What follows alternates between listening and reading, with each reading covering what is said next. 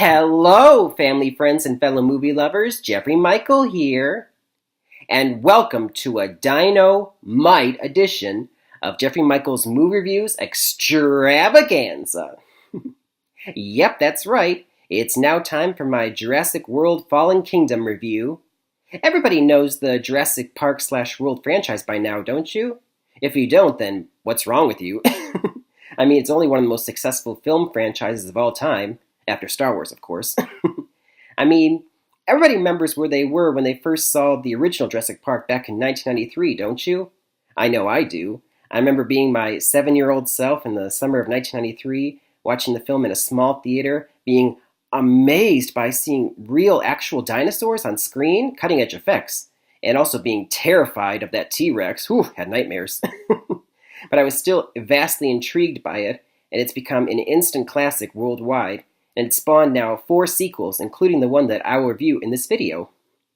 Now, as usual, I know that I'm astronomically late with these reviews. I'm so sorry, you guys. But I actually tweaked my back the other day, and oh gosh, I'm still recovering. And so, forgive me for being late again, but to make up for my lateness, I'm actually going to combine 2 videos into one. Yep, that's right, so here we go. In this video, I will be reviewing the movies that were released on June the 22nd and June the 29th, of 2018.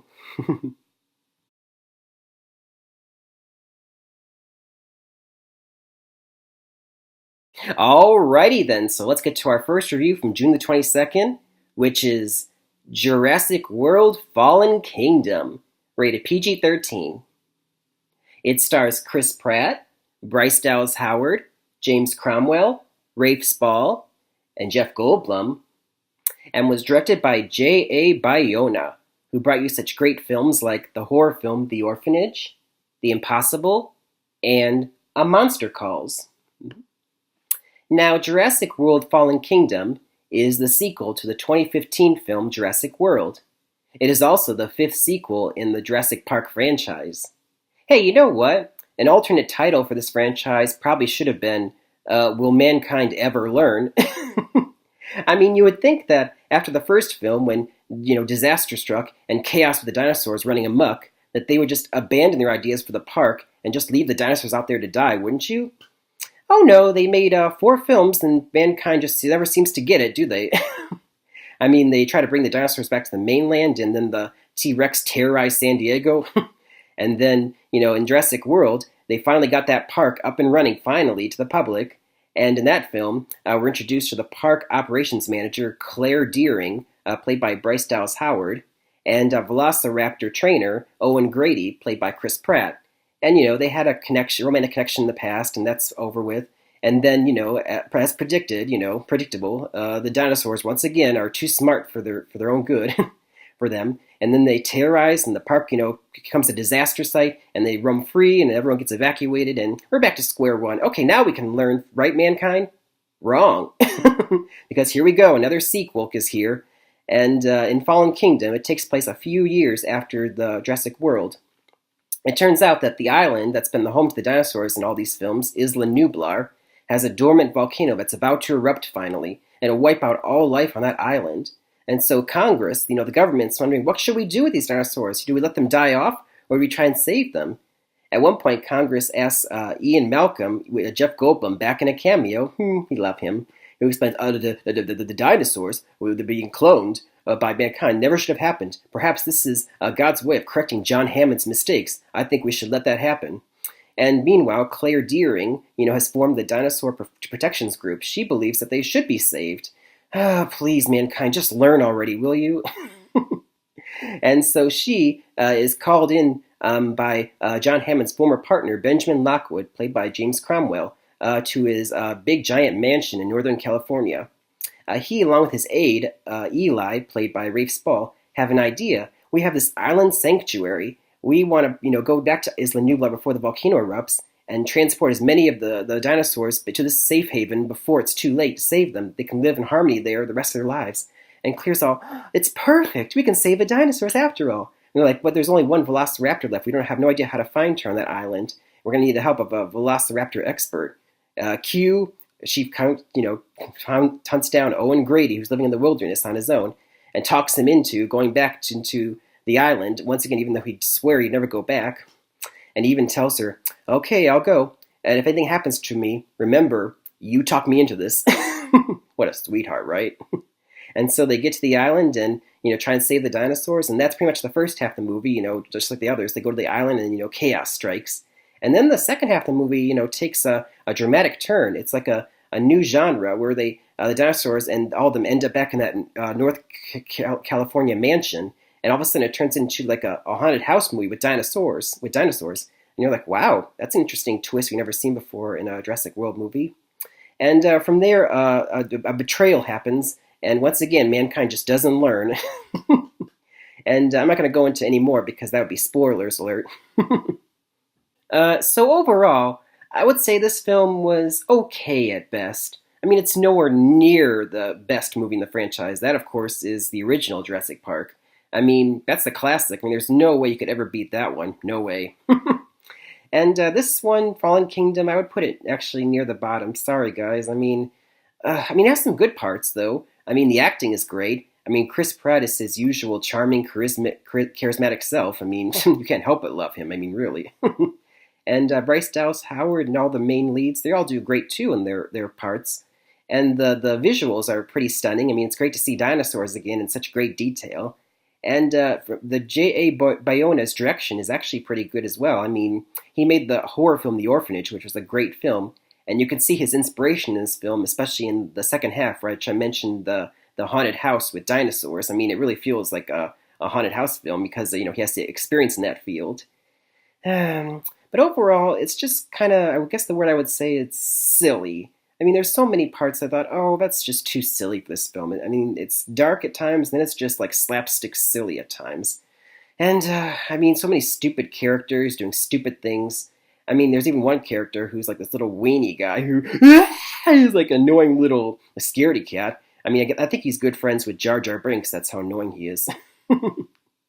And also, I feel like, aside from that second half twist with the haunted house and with dinosaurs, I feel like this doesn't really add anything new to the Jurassic Park franchise.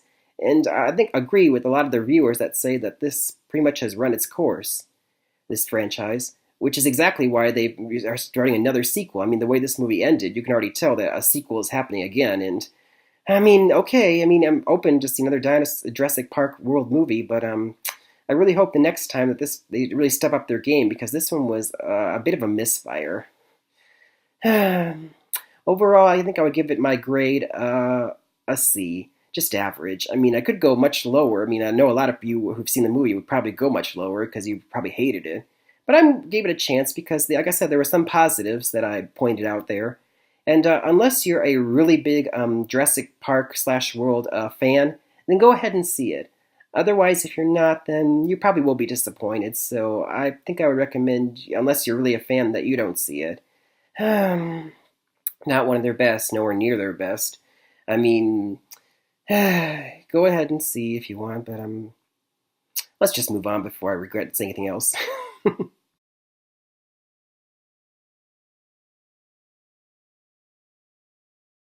Okay, the next film that I'll review for you from June the 29th is Sicario Day of the Soldado, rated R. It stars Benicio del Toro and Josh Brolin, and was directed by the Italian director Stefano Sollima. Now, Sicario Day of the Soldado is a sequel to the 2015 film Sicario, which starred Emily Blunt and was directed by Denis Villeneuve, who also directed Arrival and Blade Runner 2049, both excellent films, by the way. Because he was so busy making those films, he couldn't return for this sequel. Also, Emily Blunt was not reprising her role in this sequel because the new director felt that her character finished her story in the first film was resolved, so no need to bring her back. And the first Sicario, which by the way is a Spanish word for hitman, was all about the CIA agents, trying to bring down a Mexican drug cartel. And in the sequel, starts off with a bang, literally, because a bunch of Islamic terrorist bombers stage a suicide bombing in the U.S., killing many innocents. And the U.S. government, is led to believe that these Islamic bombers were led into the country by Mexican drug cartels. And so they recruit a CIA agent, Matt Graver, played by Josh Brolin in the first film, in this one, to bring down these drug cartels as well. And so he feels the best strategy is to have these Mexican drug cartels pitted against each other so they can bring each other down so they don't have to get involved. And so he recruits Sicario from the first film, Alejandro, played by Benicio del Toro, to help him. And so Alejandro, his first mission is to track down the high-profile lawyer of one of the cartels and execute him in the streets. Well, he's masked. And meanwhile, Matt Graver kidnaps the teenage daughter Isabella of the other drug cartel, the Kingpin, and kidnaps her. And so then they drop her off. They plan to drop her off in enemy territory to make it look like the other drug cartel captured her, and so they would start a war between them. But when they take her to that territory, they are betrayed because the Mexican police escort them plan to take them there double crosses them because they're actually agents in disguise. And so a shoot-off happens, and Isabella ends up running away, and Alejandro pursues her alone. Meanwhile, the U.S. government finds out that those Islamic terrorists were actually American citizens. Ooh. And so Mexico had nothing to do with it. And it's like, what do we do now? We have to quell the tensions with Mexico. And so they order Matt to erase all evidence of what they did, including executing Isabella. And Alejandro, because Isabella reminds him of his own daughter who was killed in the first film, he bonded with her all this time and plans to get her back to the U.S. because when she gets there, it's illegal for the CIA to execute her. So that's where the rest of the movie goes from there. Now, for my review, the first Sicario I actually really liked a lot. Denis Villeneuve, had a great direction and a wonderful, award-worthy performance by Emily Blunt, and shows you the evil that humanity can do when they're brought to the limits. And the sequel I thought was, really good too. I mean, I think it was as good. I mean, it once again shows you, what people are willing to do when they're, put away all emotions and, use their head and become stone cold. Benicio del Toro, he's just great in the lead role. He really is so chilling. It's like, one point, that lawyer that I mentioned that he executed, he just takes his gun, Dios, and just fires so many bullets into him. Damn, whoa. And once again, it's visually nice to look at. Also great acting from everyone, really. And I will say, though, that the pacing was a little slow at times, and I don't know if a lot of reviewers are saying, there wasn't really much to warrant a sequel in the first place, but I kind of agree with that. But also nice to see, the same actors brought again to tell a different kind of story this time. It was a nice sequel. I don't know if it was as good, though. So for my grade, I think I would give it a B minus. The first one I would give a B plus. So, like I said, the good acting, good visuals, and, great the amount of dark violence moments, and like I said, sluggish pacing and a lot of other things, probably brought my grade down a bit. So, if you want to go and see a nice, movie with, great acting and, dark moments, then go ahead and see it.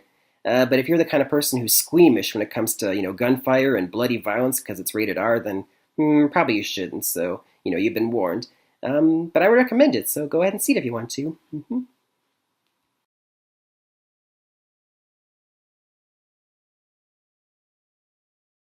So the last film that I will review for you from June the 29th is Uncle Drew, rated PG-13. It stars Kyrie Irving, Little Rel Howery, Nick Kroll, and Tiffany Haddish, and was directed by Charles Stone III, who brought you such films as Drumline, Lila and Eve, and Stepsisters. Now, Uncle Drew starts off, we're introduced to the title character, Uncle Drew, who's played by Kyrie Irving, who you all know as the NBA player of the Boston Celtics. Now, as the movie starts off, in a montage sequence, we have a bunch of basketball aficionados talking about how great Uncle Drew is. In this world, this fictional world, he is a basketball legend. And in his prime, everyone loved him. But then he and his team at the time entered the Rucker Classic, and due to an unknown conflict, they all quit the tournament, and they all went their separate ways and disappeared from the public eye. And no one knows what happened to him. Meanwhile, we're introduced to our main character in the movie, Dax, who's played by Little Rel Howery. Dax is an orphan who grew up loving basketball and playing basketball, wanting to do it for a living. But in his youth, during a critical finals tournament, he went for the winning shot, and his rival Mookie stopped his shot, and he was so disenchanted by what happened that he wanted to quit basketball playing altogether. Sad. And so years later, Dax is, all grown up, and he's now a manager for a streetball team. And he blows his life savings to enter them into the Rucker Tournament Classic, which is the grand prize is $100,000, so that's a big deal. And his girlfriend, hilariously by Tiffany Haddish, unfortunately, is a materialistic spendaholic who's maxing out his credit cards, getting everything she wants because she's for sure certain he's going to be rich, baby, just rich. But then Dax is encountered by Mookie, his rival, now all grown up, who's also now a basketball manager, and he manages to steal his players out from underneath him. And he's all dumbfounded, like, what? You guys are leaving me? And his girlfriend now knows that without a team, now his girlfriend's like, wait, you can't get the prize money. I'm dumping your ass. And so, down in his luck, Dax is encountered by an old friend who, she should go talk to Uncle Drew. I'll introduce you to him. Uncle Drew? You mean he's still around? And we're introduced to Kyrie Irving in old age prosthetic makeup, and which is really good, by the way. And it takes a lot of canoodling, but he says, hey, how about you could be on my team? We can recruit all your old team members. And he's like, I got nothing left to lose, even though a bunch of old farts are going to be on my team. And so finally, Uncle Drew agrees, and they track down all of his old teammates, who are all played by NBA legends, including Shaquille O'Neal, Chris Webber, Reggie Miller, Nate Robinson, and Lisa Leslie, all of them in old age makeup. All looking good, by the way. And so he manages to bring them all in. And, will they be able to win the Rucker Classic in the end, all of them, and get there and beat his longtime rival Mookie? First of all, the movie I thought was a pretty nice comedy, I would say. I'd say nice. Let's start with the pros. First of all, the old age makeup on all of our NBA players is so well done. I mean, I was actually impressed. They actually all look like old men and women and women. And you'd think that when you have a bunch of athletes, acting in a movie, it's going to be a disaster. But I think they all actually did really good playing old farts. These NBA players, they were actually pretty good in their parts. And Tiffany Haddish, of course, is hilarious as the ex-girlfriend. And Nick Kroll also was a great, choice to play Mookie, the rival. I mean, he does a good job playing that asshole that you just hate to love or love to hate. And unfortunately, there's some good laugh out loud moments here and there throughout the movie, but overall, I found the movie, the story, and the direction formulaic. It's one of those formulaic sports, underdog stories. I mean, we know exactly where it's going. The underdog, there's the antagonist who brings him down, and then, he's down in his luck, and he, gets other underdogs to join his team, and, they try and win the tournament at the end of the movie. I mean, I don't need to tell you spoilers that we're exactly where it's going. You pretty much know where it is going. It's that formulaic.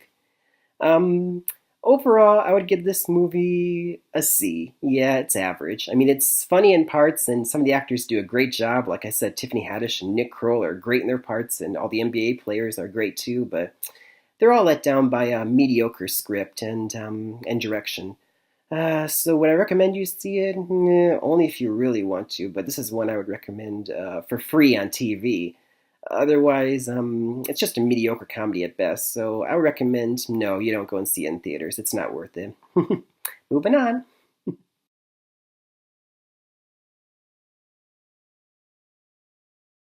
You guys, there's a T-Rex breathing down my neck. I gotta get this recap quickly before it eats me. Recap. Jurassic World Fallen Kingdom. C. An okay sequel to a long-running franchise that, despite a second act twist, is just not really that dynamite. Only see it if you're a really big fan of the franchise. Mm-hmm. Sicario, Day of the Soldado, B-. Well acted, dark, and bloody violent follow-up to Sicario. It's not as good as the original, but it's still well made and enjoyable. I recommend that you see this one, you guys. And finally, Uncle Drew, C.